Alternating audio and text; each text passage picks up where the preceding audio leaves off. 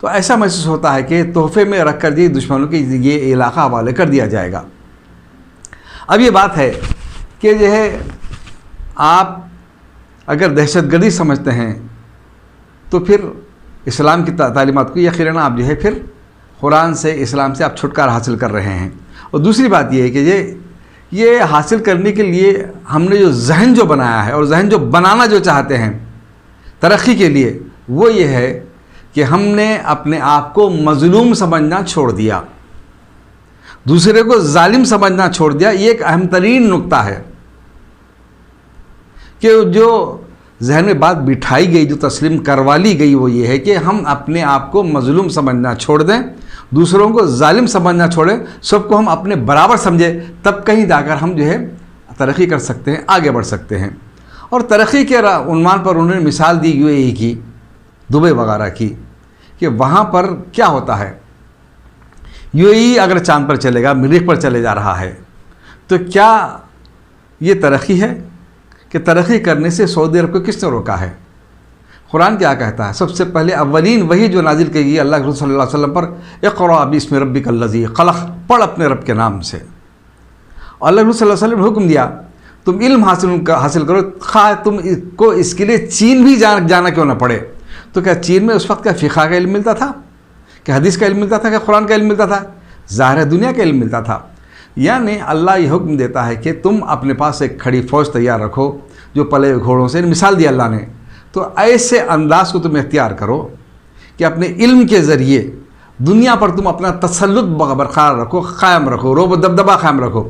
اللہ پھر یہ وعدہ کرتا ہے تم جو اس راہ میں خرچ کرو گے، دنیا میں تم کو عزت کے طور پر، آخرت میں اجر کے طور پر تم کو جو واپس کر دیا جائے گا۔ ہے نا؟ دنیا میں عزت کے طور پر کیا چیز تم کو حاصل کرنا ہے تو کیا کرنا پڑے گا؟ تم کو تمام علوم و فنون میں آپ کو دنیا کی فوقیت حاصل کرنی پڑے گی، اور اسی کے بنیاد پر آپ کو حکمرانی بھی کرنی پڑے گی۔ حق کو آپ کو غلبہ دینا پڑے گا۔ حق کو غالب رکھنے کے لیے آپ کو صرف عقیدے کی ضرورت نہیں ہوتی، حق کو غالب رکھنے کے لیے آپ کو آپ کی فوجی طاقت کی، آپ کی اہمیت، آپ کی ہمت کی بھی آپ کی ضرورت ہوتی ہے، عزم و حوصلے کی ضرورت ہوتی ہے۔ اس کو اگر آپ فراموش کر دیں تو آپ کچھ حاصل نہیں کر سکتے۔ یہی وجہ ہے کہ آج جو ہے دنیا کا نظام بگڑ چکا ہے۔ کیسا بولیں گے آپ؟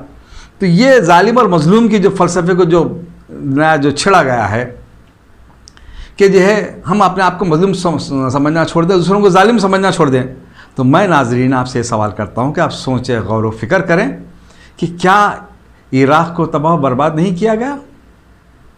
کیا فلسطین کو تباہ و برباد نہیں کیا جا رہا ہے؟ کیا آج قبلہ اول کے تقدس کو پامال نہیں کیا جا رہا ہے؟ کیا آج شام کے معصوم لوگ تباہ و برباد نہیں ہو رہے ہیں؟ کیا لیبیا کو تباہ و برباد نہیں کیا گیا؟ اور آج چھوٹے سا ملک میانمار جسے کہا جاتا ہے، کیا وہ مسلمانوں پر قتل عام نہیں کر رہا ہے؟ جس بدھ مت کو آپ، جو بدھ مذہب کی تعلیم کو آپ اپنے نصاب میں شامل کر رہے ہیں، وہ چھوٹا سا ملک مسلمانوں کا قتل عام کر رہا ہے، مسجدوں کو تباہ برباد کر دے رہا ہے، جلا رہا ہے، قرآن مجید کو جو ہے جلا رہا ہے۔ اور چھوٹا سا ملک اور ایک سری لنکا، اس نے آج یہ بیان دے دیا، حکم دیا کہ جو ہم ہمارے ملک میں جو برقعے پر پابندی عائد کر رہے ہیں۔ اور آج ساری دنیا میں فرانس ہو یا یہ ملک انڈیا کیوں نہ ہو، اس میں اللہ صلی اللہ علیہ وسلم کی شان میں جو گستاخی جو کی جا رہی ہے، کیا اس گستاخی کو آپ گستاخی سمجھیں گے؟ آپ اس طریقے سے آپ اپنے آپ کو جو ہے ترقی یافتہ سمجھنے والے، میں آپ سے سوال کرتا ہوں، کیا UAE کے پاس اتنی ہمت ہے کہ کسی بھی مذہب کے ماننے والے کی جو ہے اس کی فرد کی شان میں گستاخی کرے، یا اس کی حقیقت کو کھول کے رکھ دے، یا اس کے مذہب کے ماننے والے پر تم ظلم ڈھائے؟ ارے آپ تو مظلوم کو مظلوم سمجھنے کے لیے تیار نہیں ہیں، تو پھر اللہ کیا حکم دیتا ہے؟ آپ کی پہچان کیا ہے؟ یہ اللہ کے حکم پر ایمان لانا کوئی بچوں کا کھیل نہیں ہے۔ دیکھیے آج تمام لوگ اپنے عقیدے کی برقراری کے لیے، برتری کے لیے اپنا تسلط چاہتے ہیں، غلبہ چاہتے ہیں۔ امریکہ جمہوریت کے نام پر، آزادی کے نام پر اپنے جو ہے مرضی چلاتا ہے، عراق کو اس نے تباہ برباد کر دیا۔ رشیا، روس جو اپنی مرضی کا تسلط چاہتا تھا، وہ طالبان سے ٹکرایا، اور بالآخر جب ایمان والے اللہ کی رضا کے لیے میدان عمل میں ڈٹ گئے طالبان، تو جو ہے رشیا جو ہے اسے لڑتے لڑتے 20-22 سال تک ٹکڑے ٹکڑے ٹکڑے ٹکڑے ہو گیا۔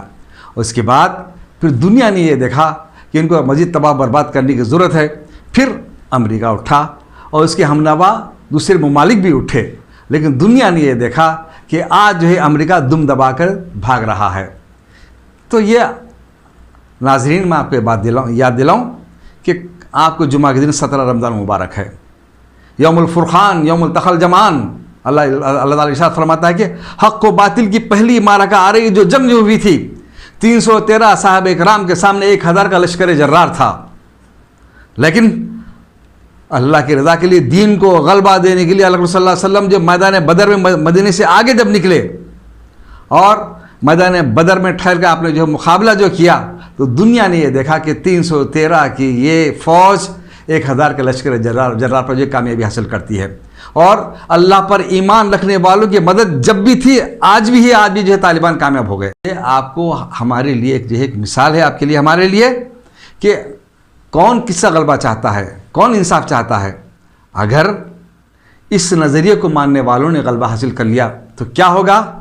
طاقت کی بلبوتے پر، طاقت کی بنیاد پر، انصاف کے بنیاد پر، جمہوریت کے بنیاد پر عراق کو تباہ برباد کیا گیا۔ تو کیا اسلام کسی کو تباہ برباد کرتا ہے یا مظلومین کو ان کا حق دلاتا ہے؟ دنیا میں خواہ کسی بھی مذہب کے ماننے والا شخص کیوں نہ ہو، اس کے ساتھ انصاف، رواداری، اس کا حق اس کو ادا کرنا، غریبوں، یتیموں، بیواؤں، بیماروں، محتاجوں کی جو ہے ان کی داد رسی کرنا، ان تک ان کا حق پہنچانا، سوائے اسلام کے نظام کی کسی نظام کی یہ بات نہیں کہ وہ اس تک پہنچ سکے، اس کے ساتھ انصاف کر سکے، خواہ خواتین کے ساتھ ہی کیوں نہ ہو۔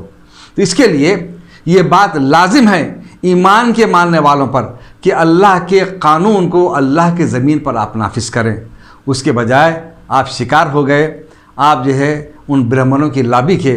برہمن یہودی اور عیسائی سب ایک ہیں جو یہ چاہتے ہیں کہ سروئے زمین سے اسلام مٹ کر رہ جائے، تباہ برباد ہو کر رہ جائے۔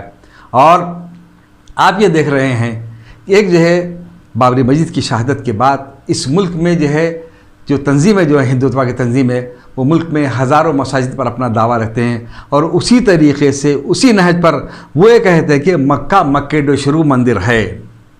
کیوں؟ وہاں پر اس سے پہلے کعبۃ اللہ پر 360 بت رکھے گئے تھے، اسی لیے وہ ان کو اپنا مرکز قرار دیتے ہوئے انہوں نے بنیاد ڈالی ہے کہ ان کو بیوقوف بنا کر اپنی طاقت کو وہاں پر اپنے فوجی اڈوں کو وہاں پر بنا کر قائم کر کے بالآخر ہم جو ہے عربوں پر ہم قبضہ حاصل کریں گے، جس طریقے سے یہاں پر یہ ہے انگریزوں نے اس ملک پر قبضہ حاصل کیا تھا، ویسے ہم جو قبضہ حاصل کریں گے۔ تو ہم جو ہے وہاں پر پہلے سے کہا آپ کے اڈے موجود ہیں، کس کے اڈے موجود ہیں؟ عیسائیوں کے اڈے بھی موجود ہیں، امریکہ کے بیڑے ہیں، یہودیوں کے بھی آج کل اڈے مچ جائیں گے، کیونکہ آپ تو اسرائیل سے تعلقات آپ قائم کر رہے ہیں۔ آپ ایک غازب ملک کو غازب سمجھنے کے لیے تیار نہیں ہیں، جب آپ ان کے سامنے آپ ہتھیار جب ڈال دیں گے، اس کا مطلب یہ ہے کہ آپ نے اسلام کو فراموش کر کے اپنی تباہی اور بربادی کے جو ہے اپنے دروازے کھول دیے ہیں۔ تو یہ اس لیے میں آپ سے کہوں گا کہ آپ اپنے علماء سے جو ہے سوال کریں کہ وہاں کے علماء کرام خاموش کیوں ہیں؟ شرک کو جب شامل جب کیا جا رہا تو وہاں پر علماء خاموش کیوں ہیں؟ آخر کیا وجہ ہے؟ تو مجھے وہ وقت یاد آتا ہے کہ جب دربار اکبری میں ابو الفضل الفیضی جیسے جو ہے علماء تھے، جنہوں نے دین الہی کی جو ہے جب بنایا گیا بنیاد ڈالے گی، اس وقت جو ہے اکبر کا انہوں نے ساتھ دیا تھا۔ اور آج یہ ان علماء کی خاموشی، خواہ دنیا کے خطے میں کہیں بھی کیوں نہ بچتے ہوں علماء کرام، خواہ اس ملک کے کیوں نہ کہیں کے بھی کیوں نہ ہوں، ان کی خاموشی اس بات کی علامت ہے کہ آپ جو ہے اس دربار کے آپ جو ہے ابو الفضل الفیضی بنے ہوئے ہیں، اس لیے کہ شرک کی بنیاد جب مرکز توحید پر جب ڈالی جا رہی ہے، اس کی مخالفت کرنا آپ کی مذہبی ذمہ داری ہے۔ اگر یہ نہیں اٹھیں تو یہ امت المسلمین کی ذمہ داری کہ آپ اس کے خلاف جو ہے آواز اٹھائیں اور ان کو جو خبردار کریں کہ یہ جو ہے مشرکین کی جو سازشیں ہوتی ہیں، ان سازشوں سے جو ہے محمد بن سلمان جیسے جو ہے نااہل لوگ ناواقف ہیں، جو ہے وہ لوگ ان کو سمجھ نہیں سکتے۔ لہذا ان برہمنوں کی سازشوں کو، شاطرانہ چالوں کو سمجھنے کے لیے آپ کو یہاں کے جو ہے اچھے لوگوں سے آپ کو تعلقات پیدا کرنے چاہیے، اس کی بنیاد پر آپ کی جو ہے خارجہ پالیسی تشکیل ہونے پائیے، کہیں جا کر آپ اس سے جو ہے جو آپ قدم اٹھائیں اس سے دستبرداری اختیار کر لیں، تاکہ جو ہے کعبۃ اللہ کے جو حق کی جو حکمرانی ہے، غلبہ اسلام کے لیے ہم کو جو کام کرنے کی ضرورت ہے اس کام میں ہم آگے بڑھ سکیں۔ ایک اور آخری بات کہتے ہیں ہم سے میں عرض کروں گا کہ جو ہے دنیا کو انصاف صرف اسلامی دلا سکتا ہے۔ غلبہ اسلام اور ایمان کا ہمارا حصہ ہے، کیونکہ اللہ کی اللہ اکبر جب ہم کہتے ہیں، اللہ کی کبریائی کو جب مانتے ہیں، تسلیم کرتے ہیں، ایمان لاتے ہیں، تو پھر یہ کیا بات ہوگی کہ غیر اللہ کی، کسی انسان کے بنائے ہوئے عقیدے کی یا اس کے جو ہے مفروضے کی اور جو اس کے جو تخیلات کی ہم اس کے کبریائی کو بالادستی کو قبول کریں، تو یہ جو ہے توحید کی عقیدہ توحید کے خلاف یہ بات ہوگی۔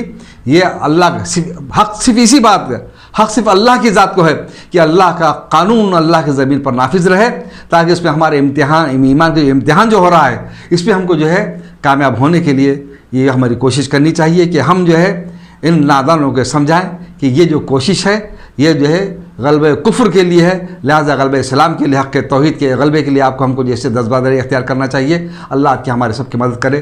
رب اغفر ورحم وانت خیر الراحمین۔ السلام علیکم ورحمۃ اللہ وبرکاتہ۔ تو ناظرین، عوامی مجلس عمل جنرل سیکریٹری علی جناب سید مجاہد ہاشمی صاحب ایک انقلابی شخصیت ہیں اور مفکر بھی مانے جاتے ہیں الحمدللہ۔ PNS نیوز انڈیا ہمارے اسٹوڈیو میں آپ آئے اور آپ نے اپنا قیمتی وقت دیا، ہم آپ کے من مشکور ہیں۔ انشاءاللہ آپ کی دعا ہمارے ساتھ ہے۔ شکریہ۔